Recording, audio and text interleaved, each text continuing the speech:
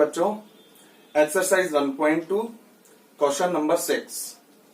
Question number 6 कहता है कि set A 1 2 3 set B 4 5 6 7 and let function f जो कनेक्ट करता है 1 को 4 से, 2 को 5 से, 3 को 6 से be a function from A to B, show that f is 1 1।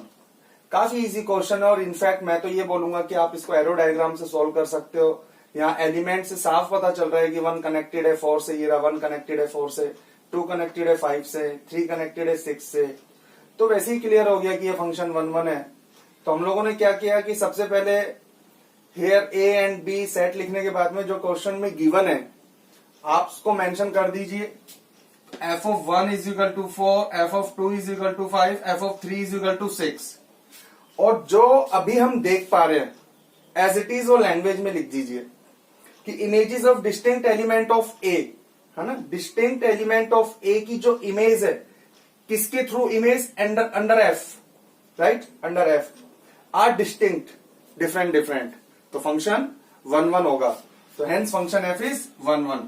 Proper तरीके से आप मेंशन कीजिएगा, ध्यान रखिएगा बोर्ड में ये लैंग्वेज प्रॉपर तरीके से आपको लिख करके आनी है। खैर आगे क्वेश्चन आता है हमारा, in each of the following cases हमें पता लगाना है कि फंक्शन 1 1 ऑन टू और बाइजेक्टिव। आपको याद होगा बाइजेक्टिव मैंने पहले भी डिस्कस किया था कि इंजेक्टिव, इंजेक्शन दोनों में से कोई सा भी वर्ड आता है उसका मतलब होता है 1 1, और उसके बाद में सर्जेक्टिव, सर्जेक्शन उसका मतलब होता है ऑन टू, और बाइजेक्टिव, बाइजेक्शन का मतलब होता है दोनों कंबाइंड 1 1 ऑन टू। अगर बाइजेक्टिव या बाइजेक्शन लिखा आता है तो 1 1 ऑन टू।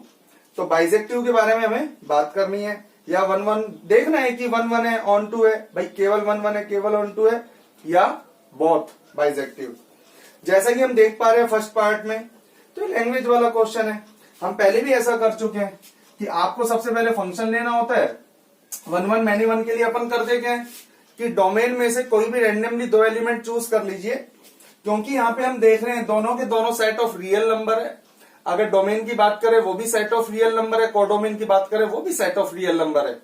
इसी वजह से जब भी आप आर कहीं भी आर को प्रेजेंट करते हैं तो वो मेंशन जरूर कीजिएगा कि वो डोमेन वाला या फिर कोडोमेन वाला। यहां मैंने लिखा late x1, x2 belongs to are, क्योंकि हमें जो एलिमेंट्स लेने होते हैं वो डोमेन में से लेने होते हैं, और यहाँ पे मेंशन कर दिया हम लोगों ने domain, such that f of x1 is equal to f of x2 हम लोग लेकर के चलते हैं, कंडीशन अप्लाई करते हैं और उसको सॉल्व करते हैं। और f of x1, f of x 3 minus 4x, x की जगह यहां पर मेरे को x1 चाहिए तो यहां पे भी x की जगह x1 हो जाएगा, 3 minus 4x1, 3 minus 4x2। आगे जाकर के आप देखोगे x1 is equal to x2, यानी हम इसको लेकर के चले, f of x1 is equal to f of x2 हम लेकर के चले, implies x1 is equal to x2। और ऐसा फॉर ऑल के लिए है, ये जरूर देख लीजिएगा आप अच्छे से, फॉर ऑल, क्योंकि कॉलेज में भी ये सारी चीजें आने वाली है और वहां एक एक वर्ड्स का बड़ा कहीं ना कहीं बहुत इंपॉर्टेंस लेकर के चलेंगे वो लोग, एक एक वर्ड्स की बड़ी इंपॉर्टेंस है वहां। तो यहाँ f of x1 is equal to f of x2 implies कि हम ये लोग लेकर हम लोग ये लेकर के चले, implies x1 is equal to x2 for all x1, x2 belongs to set of real number, that is the domain. Here function f is 1 1 function, यानी इंजेक्टिव फंक्शन। अब बात करते हैं इनटू ऑब्लिक ऑनटू की। जैसा कि मैंने लास्ट टाइम भी बताया था कि हमें करना क्या होता है, कोडोमेन में से एक रैंडमली एलिमेंट y को हम सेलेक्ट करते हैं और f of x is equal to y लिख करके बस x को दिखाना होता है हमें, x कि x हमारा कहीं ना कहीं डोमेन में रहने वाला है फॉर ऑल y के लिए। That y belongs to codomain such that f of x is equal to y, बस x को शो करना होता है। और मैंने ये भी बताया था आपको कि अभी y फ्री बैठा है, कैलकुलेशन को आप इस डायरेक्शन में लेकर के चलेंगे आगे कि x को फ्री करना है। अभी इक्वल के बाद में केवल इक्वल के एक साइड में y बैठा है, आगे इस तरीके से कैलकुलेशन आप लेकर के चलेंगे कि इक्वल के एक साइड में हमेशा x बैठ जाए। तो 3 minus 4x is equal to y, इसकी यहाँ पे हमने ये वैल्यू पुट कर दी। हमें यहां से x को फ्री करना है तो उसी डायरेक्शन में मैं कैलकुलेशन को लेते हुए चला, x हमारा यहां फ्री हो गया। तो अब देखिए, सोचिए जरा, मैं y की कोई सी भी वैल्यू पुट करता हूं कोडोमेन में से, कोई सी भी value y, y real number में से इनफैक्ट जीरो करता हूं, माइनस करता हूं, कुछ भी करता हूं, जो भी वैल्यू फाइनली बनेगी वो सेट ऑफ रियल नंबर में होगी होगी, क्योंकि सेट ऑफ रियल नंबर में कोई सी भी वैल्यू, आप कोई सी भी वैल्यू के बारे में सोचो, सारी वैल्यूज होती हैं। थोड़ा सा डर ये रहता है क्योंकि ये फ्रैक्शन में है कि ये इंफिनिटी ना आ जाए, क्योंकि नीचे तो 4 बैठा है, y नहीं बैठा है, 4 बैठा है, 4, राइट। तो कहीं कोई प्रॉब्लम नहीं है, यहां कोई इंफिनिटी आने का कोई डर नहीं है। तो अभी अपने को करना क्या है कि बिलोंग्स टू आवर डोमेन, भाई x की वैल्यू आ रही है वो तो डोमेन में से आएगी ना, फॉर ऑल, ऐसा मैं पहले भी बता चुका हूं। फिर आपको एक फॉर्मेलिटी को और करना होता है क्या, कि ये चीज करनी होती है, x मतलब इसको लेकर के ये लाना होता है, x की जगह आपको ये रखना होता है कि f of 3 minus y by 4 ये लेकर के चलो, और f ऑफ x क्या है ये, राइट। फिर से देखिए आपको करना क्या होता है कि ये लेकर के चलते हैं तो ये लाना होता है, बट x की वैल्यू ये पुट करनी होती है। अब f ऑफ x की डेफिनेशन से हम इसको स्प्रेड करेंगे, है ना, इसको एक्सपेंशन करने वाले हैं। 3 माइनस 4 इंटू जो यहां बैठा है, तो 3 माइनस 4 इंटू जो यहां बैठा है, राइट। सोल्व करेंगे तो y function f onto function, और देखा हमने कि f बाइजेक्टिव है। ये था क्वेश्चन नंबर 7 पार्ट फर्स्ट। अब question 7 part second, function of set of real number to set of real number, और जो फंक्शन डिफाइंड है f of x is equal to 1 plus x square. मैं आपको याद दिला देता हूं, रियल नंबर के सेट में नेगेटिव, पॉजिटिव और जीरो सारे नंबर्स होते हैं। अगर आप यहां पे नेगेटिव नंबर पुट करते हो एक्स की जगह, या पॉजिटिव नंबर पुट करते हो, ओवरऑल जो एक्स स्क्वायर की वैल्यू आएगी, यहां से इसकी जो वैल्यू आएगी ये आएगी पॉजिटिव। हाँ, जीरो पुट करने पर जीरो। मैं समझता हूं कि सबसे मिनिमम जो ये वैल्यू एक्स स्क्वायर जो आउटपुट की फॉर्म में देगा वो देगा जीरो। तो फाइनली 1 में जब जीरो ऐड होगा, एटलीस्ट इसका एटलीस्ट एफ ऑफ एक्स की सबसे कम जो वैल्यू आएगी वो 1 आएगी। वरना आप यहां पे कोई सी भी वैल्यू डालने वाले हो, मान लीजिए आपने हाफ डाला, तो वो भी 1 में कुछ तो ऐड हो ही रहा है ना पॉजिटिव, तो वो 1 से ज्यादा आने वाली है। मैं तो ये समझ करके बैठा हूं कि अगर यहां पे आप -2 पुट करोगे तो ये देने वाला है 5, और प्लस का 2 पुट करोगे तो ये देने वाला 5। तो कहीं ना कहीं मैं तो पहले से ये समझ गया था, और ये समझ करके हम लोग बैठे हैं कि फंक्शंस तो पहले से ही मैनी वन है, राइट। जब फंक्शन पहले से ही मैनी वन है, हमें पहले से ही क्लियर हो गया है, तो ये बात मैं आपको पहले भी कह चुका हूं कि जरूरी नहीं है कि हम लोग हर बार लैंग्वेज का यूज करें। हम सीधा लिख दें कि फंक्शन 1 1 नहीं है, और नहीं होने का रीजन दे देते हैं। तो मैंने लिख दिया here function F is not 1 1, f of -2 भी 5 दे रहा है, एफ ऑफ 2 भी 5 दे रहा है। ये कहीं ना कहीं इस तरीके का सीन बनने वाला है कि -2 से कनेक्ट करा 5, 2 से कनेक्ट करा 5, और जबकि 2 और -2 इक्वल भी नहीं है। तो मैंने बता दिया function F is not 1 1। Onto into की बात करते हैं।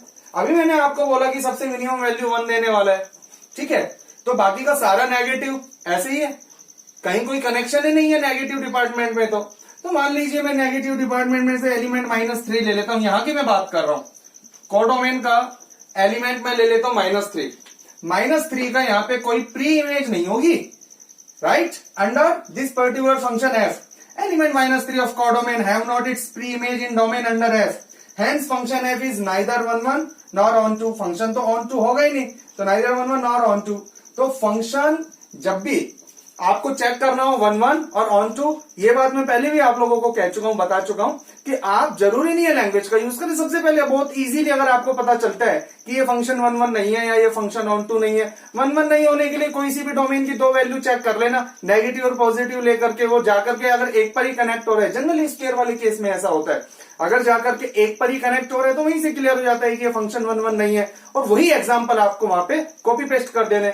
ऑन टू के केस में अपने को क्या करना है कि जब स्क्वायर वाले केस में आप सोच लीजिए वो पॉजिटिव बनाने वाला है, तो उधर का नेगेटिव डिपार्टमेंट सारा का सारा फ्री बचने वाला है। कोई सा भी एक एलिमेंट उठा करके, कोई सा भी सिंगल एलिमेंट उठा करके वही की वही कॉपी पेस्ट कर दीजिए कि इसकी कोई प्री इमेज नहीं होगी और फंक्शन ऑन टू नहीं होगा, और वो पर्टिकुलर आप एग्जाम्पल दे दीजिएगा।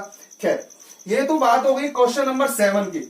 बच्चों क्वेश्चन नंबर 8 देखिए, काफी अच्छा सा क्वेश्चन है और बहुत अच्छा कॉन्सेप्ट भी इसमें लग रहा है। हालांकि इंटू ऑनटू के बारे में बात करें तो पिछला ही कॉन्सेप्ट लग रहा है, लेकिन आप जरा ये देखिए, मैं आपको एक छोटी सी बात बताता हूं। एफ जो लग रहा है वो ए क्रॉस बी से बी क्रॉस ए में।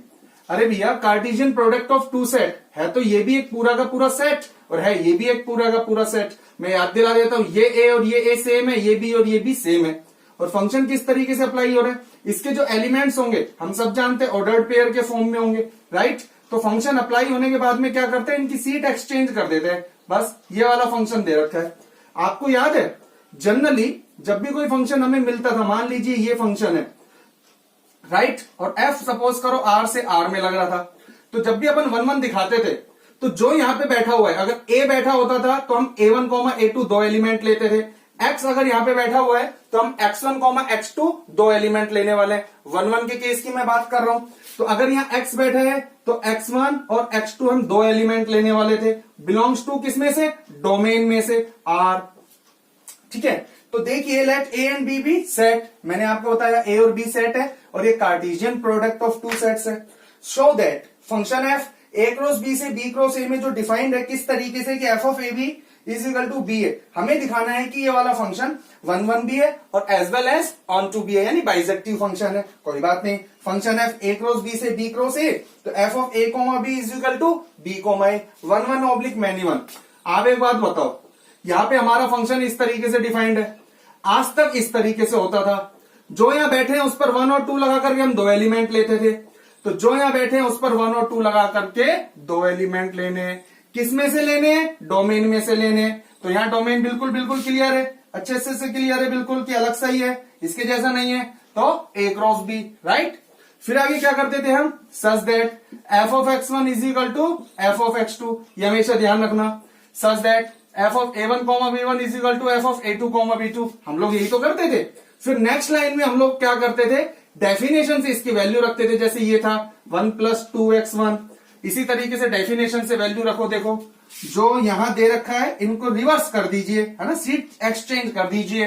इनको सीट एक्सचेंज करने पर आपने देखा b1 a1, इधर देखो b2 a2। अब 11th क्लास में दो ऑर्डर्ड पेयर अगर इक्वल है तो उनके जो कंपोनेंट्स होते हैं वो इक्वल होते हैं, ठीक है। फाइनली मुझे दिखाना क्या होता है, ये दोनों इक्वल है या नहीं। अब मैं इसको लेकर के चला, मैंने ये अपनी तरफ से लिखा, फिर मैंने क्या किया, जब a1 और a2 इक्वल है तो a1 के प्लेस पे a2 लिखा, b1 के प्लेस पे b2 लिखा, और मैंने देखा अरे भाई ये तो ये दोनों इक्वल और प्रूव हो गए। हम लेकर ये चले थे, ये प्रूव हो गए। For all x1 x2 belongs to a cross b, जैसे हम लिखते थे उसके अकॉर्डिंग मैंने लिख दिया। इसको x1 बोल रहा हूं मैं और इसको x2 बोल रहा हूं मैं, belongs to a cross b। तो ये हमारी पूरी की पूरी डेफिनेशन फंक्शन को 1 1 शो करने की, hence function f is 1 1 function. अब बात करते हैं हम इनटू ऑब्लिक ऑन टू की। आपको याद होगा जनरली हम फंक्शन की डेफिनेशन ये लेकर के चलते हैं f of x is equal to y।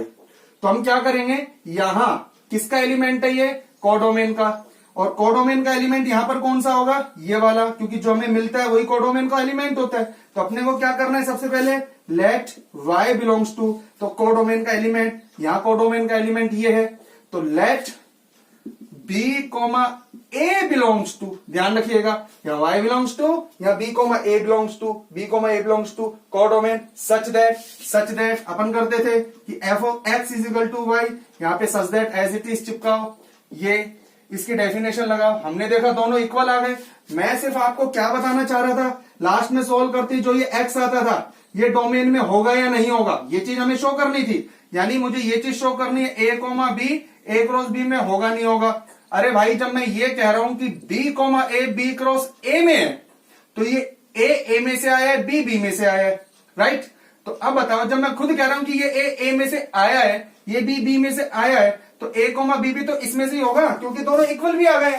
ये b ये बिल्कुल इसके इक्वल आ गया, ये इसके आ गया, ये वही वैल्यू है जो हम खुद लेकर के चल रहे हैं। मान लीजिए ये 3 है, ये 5 है, ये 3 ये 5, तो यहां 3 है तो यहां 3 है, 3 से डिफरेंट नहीं हो सकता, यहां 5 है यहां 5 है, तो ये वाली वैल्यू इसके इक्वल है, और ये हम खुद कंसीडर कर रहे थे इसमें है, तो ये चीज भी a क्रॉस b में, भाई ये दोनों तो इक्वल हो गए ना, ये दोनों इक्वल हो गए, तो ये चीज भी a क्रॉस b में आएगी। फिर से एक बार फिर से देखिए, ये हमने कोडोमेन का एलिमेंट लिया, कोडोमेन का एलिमेंट लेने के बाद में definition f of x is equal to y वाली डेफिनेशन, उसकी डेफिनेशन लिखी, दोनों इक्वल आ गया। मुझे ये दिखाना था a b a cross b में होना चाहिए, यानी स्मॉल है इसमें और ये इसमें। सोचो ये दोनों इक्वल आ गए थे, सेटिस्फाई तो यही कर गए, जिसमें से b हम b में से ले रहे हैं, a हम इसमें से ले रहे हैं। जब b a b cross a में है तो डेफिनेटली a b भी a क्रॉस b में होगा, क्योंकि वही एलिमेंट ले रहा हूं मैं जो यहां कंसीडर किया था, बस उन्हीं को रिवर्स कर रहा हूं मैं, इसलिए होगा a क्रॉस b में। तो for all onto bijective function. तो क्वेश्चन नंबर 8 बच्चों, अब क्वेश्चन नंबर 9। क्वेश्चन नंबर 9 में भी कुछ अलग कॉन्सेप्ट है। एक्चुअल में क्या है कि जो फंक्शन की डेफिनेशन है उसमें फंक्शन को दो कैटेगरी में डिवाइड किया गया है। देखिए, कोई function f set of natural number to set of natural में डिफाइंड है और f of n is equal to this and f of n is equal to this. ये तभी लेना है आपको जब n इज ऑड, ये तब लेना है जब n इज इवन। मैं आपको एक बात बताता हूं, n is odd n is even, set of natural number में जो नंबर्स होंगे हम सब जानते हैं इस तरीके से होने वाले हैं, ठीक है। Odd even, odd even, odd even, यानी ये मान लो 50% ऑड 50% इवन, इस तरीके के नंबर आपको मिलने वाले हैं। दूसरी बात, जो ये कैटेगरी बनी ये n के बेसिस पर बनी। n का मतलब जो वैल्यू हम पुट करेंगे, देखो ना, जो वैल्यू हम पुट करेंगे, और वैल्यू पुट करेंगे मीन्स डोमेन, डोमेन की वैल्यूज, डोमेन के एलिमेंट्स। तो जो एक कैटेगरी बनाई गई है डोमेन के एलिमेंट्स को कैटेगराइज कर दिया गया है, ठीक है। 50% एलिमेंट कोई से एक रूल को फॉलो करेंगे, बाकी 50% एलिमेंट दूसरे रूल को फॉलो करेंगे। खैर, हमें तो ये बताना है कि ये 1-1 और ऑन टू है या नहीं। तो देखिए, 1-1 ऑन टू के बारे में एक बताने से पहले मैं आपको एक बात बताता हूं। जैसा कि मैंने पहले भी कहा था कि हमें लकीर का फकीर नहीं बनना, हमें हर बार जरूरी नहीं है कि डेफिनेशन के ऊपर चलना है।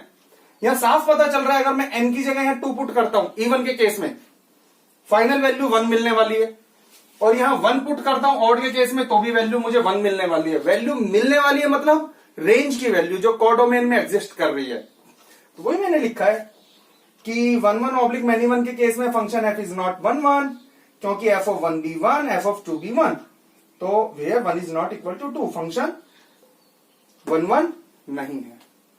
इसमें कहीं कोई प्रॉब्लम नहीं थी।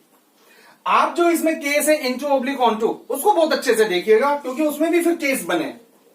मैं आपको यह बात कहूंगा कि आप उस लैंग्वेज को याद करो जो हम जनरली ऑन टू के लिए लिखते थे, लेट y, और वो भी तब जब हमारा फंक्शन x और y में होता था। यह हमारा फंक्शन n में है तो हम एक काम करेंगे, n के साथ में m ले लेंगे। तो let m belongs to n codomain, ऐसे ही हम करते थे। फिर उसके बाद में f of x is equal to y लिखते थे। x का रोल प्ले कौन कर रहा है यहां पे? n। तो हमने क्या लिखा? Such that f of n is equal to m। अब जब हम यहां पे f of x is equal to y लिखते थे तो x को डोमेन में दिखाते थे, और डोमेन को तो हमने पार्टीशन कर रखा है ना, राइट, इवन और ऑड के केस में। तो यहां x का रोल प्ले कौन कर रहा है? n। क्लियर? तो n को यहां पे अब दो केस में डिवाइड करना है, ऑड और इवन। या फिर आप ऐसे भी सोच सकते हैं कि अगली ही लाइन में हम f ऑफ x की जो फंक्शन की डेफिनेशन होती थी वो रखते थे, लेकिन यहां पर हमारे पास तो डेफिनेशन के अकॉर्डिंग दो डेफिनेशन है फंक्शन की। तो वो किस केस पे कैटेगरी डिपेंड है, किस केस से कैटेगराइज हो रही है? n से हो रही है। तो ऐसे समझ लो case 1 when n is odd. अगर n ऑड है तो हमें f ऑफ n की ये वाली वैल्यू रखनी है, तो मैंने f ऑफ n की ये वाली वैल्यू रखी। यहां पे n किसका रोल प्ले कर रहा है? x का, और m y का। तो आपको पता होगा हमें n को फ्री करना है, और ये आ गया। और लास्ट में मैं क्या लिखता था? For all y belongs to, तो मैं वही लिखूंगा कि belongs to domain, for all m belongs to codomain. आप करके देख लीजिए, कोडोमेन में थोड़ी ना कैटेगरी बन रही है, डोमेन में बन रही है। कोडोमेन का 1 लीजिए, n की वैल्यू 1 पुट कीजिए, तो n आया 1 क्योंकि n ऑड है। फिर 2 रखिए, 2 रखिए तो आएगा 3, देखो ऑड। 3 रखते ही 5। क्लियर है ना सारी की सारी वैल्यूज, राइट। और फिर लास्ट में हम क्या करते थे? f of x is equal to y में x की वैल्यू जो आती थी उसको पुट करते थे। तो यहां n की जगह हमें 2m-1 पुट करना है। तो फाइनली जब आप पुट करोगे, और आपको मैं क्लियर कर देता हूं, जो n है वो ऑड है, ऑड। तो ऑड के केस में जो यहां बैठा हुआ है उसमें 1 ऐड करके बाई 2, जो यहां बैठा हुआ है उसमें 1 ऐड करके बाई 2, तो ये आ गया। क्लियर? ऐसे ही तो हम करते थे। और केस सेकंड सेम ऐसा कैसा आपको करना है कि भाई अगर n इवन है, इवन है तो ये चीज इससे आएगी n/2 m, n को फ्री, और जो भी आए वही सीधा आपको डोमेन में कर देना, और फिर बिलोंग्स टू करके m की वैल्यू आप कुछ भी यहाँ पुट करने वाले हो। जैसे ही m की वैल्यू आप यहाँ पुट करने वाले हो तो आप देखेंगे इवन वैल्यूज आती जाएगी, 1 रखोगे तो 2, 2 रखोगे तो 4, सारी सारी वैल्यूज आती जाएंगी। फिर फाइनली इसको लेकर के चले आप m लावें, और n की वैल्यू आपको ये रखनी है, तो f ऑफ 2m, और उस केस में आपको क्या करना होता है, ये रहा बाई 2 करना होता है, जो यहाँ बैठा है उसका बाई 2 करना होता है, ये रहा ना, ये देखो जो यहाँ बैठा है बाई 2 करना होता है, और फाइनली m आ गया। और वही language, for every element of codomain there exist a pre image in domain under f, hence function f is onto, और function f is bijective function. तो ये था क्वेश्चन नंबर 9। क्वेश्चन नंबर 10 में देखते हैं, let set A, set of real number में से element 3 को हमने हटाया हुआ है, यानी सेट ए में सारा का सारा सेट ऑफ रियल नंबर है, बट उसमें से एलिमेंट 3 को अपने को हटा देना है। इसी तरीके से set B R-1 consider the function f a to b defined by f of x equal to x minus 2 upon x minus 3। हाँ समझ में आया ना, क्योंकि हम डिनोमिनेटर में x की वैल्यू 3 नहीं पुट कर सकते, इंफिनिटी बन जाने वाला है, और x की जो वैल्यू आने वाली है वो a से आएगी, इसलिए a में 3 को नहीं रखा गया है। चेक करना है f is 1 1 and onto, हम डायरेक्ट तो पता नहीं लगा सकते, सेट ऑफ रियल नंबर का केस है, तो एज यूजुअल सबसे पहले set A set B function की डेफिनेशन, और फिर उसके बाद में late x1 x2 belongs to a, ठीक है, such that f of x1 is equal to f of x2, definition solve किया गया। आप देखिए x1 माइनस 2 और ये इधर लाए अपन x2 minus 3 is equal to x1 minus 3 cross हो गया x2 minus 2, x1 x2 minus 3x1 minus 2x2 plus 6, x1 x2 minus 2x1 minus 3x2 plus 6 cancel, minus 3x1, फिर ये इधर आकर दिया, यानी x1 एक साइड ले लिया, x2 एक दूसरी साइड में हमने सेंड कर दिया।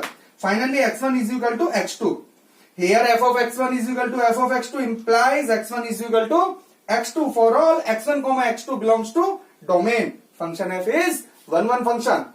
ऑन टू में हम लोग क्या करते हैं, हम लोग कोडोमेन से y लेते हैं, such that f of x is equal to y, as usual f of x की वैल्यू फ्रॉम इक्वेशन 1 सॉल्व करते करते करते करते x को फ्री कर लाइए। अब देखिए x की वैल्यू मतलब x की वैल्यू जल्दी से बताओ, x की वैल्यू मतलब डोमेन में से कि आप y की कोई सी भी वैल्यू रख दीजिए बट 1 मत रखना, इसीलिए कोडोमेन में से 1 हटाया गया। तो belongs to a for all y belongs to, as usual जो हमारी लैंग्वेज होती है हम वैसा का वैसा लिखने वाले हैं। फिर हम क्या करते हैं कि f ऑफ x की वैल्यू ये वाली पुट करते हैं और y लाते हैं। तो यहां डेफिनेशन के अकॉर्डिंग जो यहां बैठा हुआ है -2 अपॉन x माइनस 3, तो जो यहां बैठा हुआ है उसमें से -2 अपॉन उसी में से -3 सोल्व करोगे, आपने देखा कि वो y आ जाने वाला है। तो बच्चों ये था क्वेश्चन नंबर 10। तो हमने एक्सरसाइज के एक एक क्वेश्चन के ऊपर फोकस करते हुए सारे कॉन्सेप्ट को अच्छे से समझा। आप लोग पूरी एक्सरसाइज को कंप्लीट कीजिएगा, कोई भी डाउट आता है तो आप मुझे व्हाट्सएप कीजिएगा। नेक्स्ट लेक्चर में आप लोगों को ये बताने वाला हूं कि इस पर्टिकुलर एक्सरसाइज में कौन कौन से टॉपिक और कौन कौन से क्वेश्चन को हमें डिलीट करना है, ताकि आप बहुत इजीली बाकी बचे हुए टॉपिक्स पर फोकस कर सके। नेक्स्ट लेक्चर हम जल्दी प्रेजेंट करने वाले हैं, तब तक के लिए ऑल द बेस्ट।